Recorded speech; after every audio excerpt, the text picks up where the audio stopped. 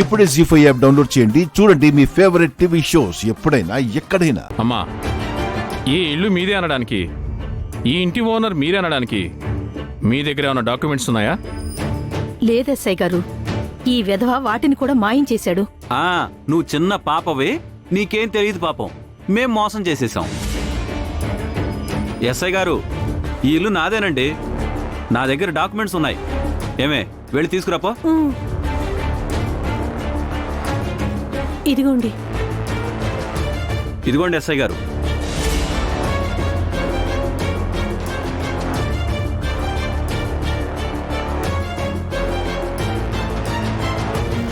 అవును, ఈ ఇల్లు ఇతని పేరు మీదే ఉందిగా, చూడండి.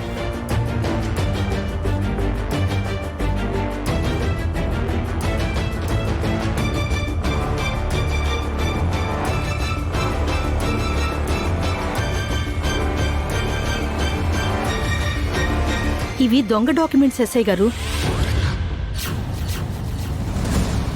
ఈ ఇల్లు చనిపోయిన మా ఆయన పేరు మీద ఉంది. ఎంఆర్ఓ ఆఫీస్కి వెళ్తే ఈ ఇల్లు ఎవరిదో తెలుస్తుంది. ఆహా, మరి అన్ని తెలిసిందానివి డైరెక్ట్గా ఎంఆర్ఓ ఆఫీస్కి వెళ్ళి డాక్యుమెంట్స్ తీసుకుని పోలీస్ స్టేషన్కి వెళ్ళి కంప్లైంట్ ఇవ్వకుండా రౌడీలను ఎందుకు తీసుకొచ్చినట్టు?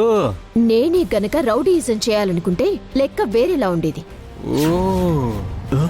చూసారు ఎస్ఐ గారు, మీ ముందే మా భావన ఎలా బెదిరిస్తుందో. చూడండి అమ్మా, ఇతనే మోసం చేశాడన్న నమ్మకం మీకుంటే మీరు లీగల్గా ప్రొసీడ్ అవ్వాలి. ఇలా చట్టాన్ని చేతిలోకి తీసుకొని దౌర్జన్యం చేయడం కరెక్ట్ కాదు. ఇలా చేస్తున్నందుకు మిమ్మల్ని అరెస్ట్ చేయాల్సి ఉంటుంది. చెయ్యండి సార్. ఒక్కసారి లోపలేసి తోలు తీస్తే ఇంకోసారి గొడవలకు రారు.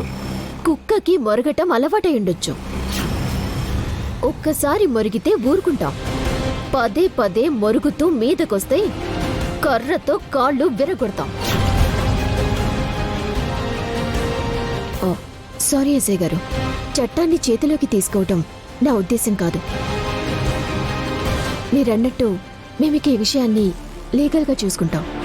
నిజంగా ఈయనే ఫ్రాడ్ అని నిరూపణ అయితే అప్పుడు నేనే వచ్చి ఈయన మీద యాక్షన్ తీసుకుంటాను. దయచేసి ఇక్కడ ఎలాంటి గొడవలు చేయకుండా వెళ్ళిపోండి.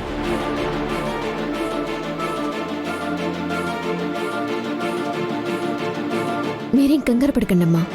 ఒక 2 వారాల్లో వాడికి ఎలా బుద్ధి చెప్పాలో చెప్పి మీ ఇల్లు మీకు వచ్చేలా చేస్తాను. అప్పటి వరకు తను మా ఇంట్లోనే ఉంటుంది క్రాంతి. సరే, నేను బయలుదేరుతాను.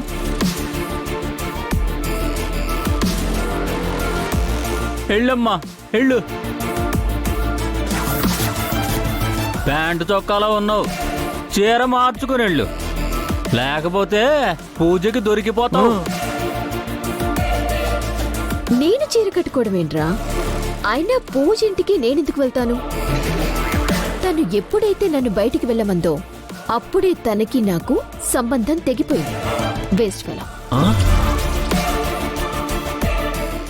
జీ5 యాప్ డౌన్లోడ్ చేసి అన్ని ఎపిసోడ్స్ పూర్తి ఉచితంగా చూడండి.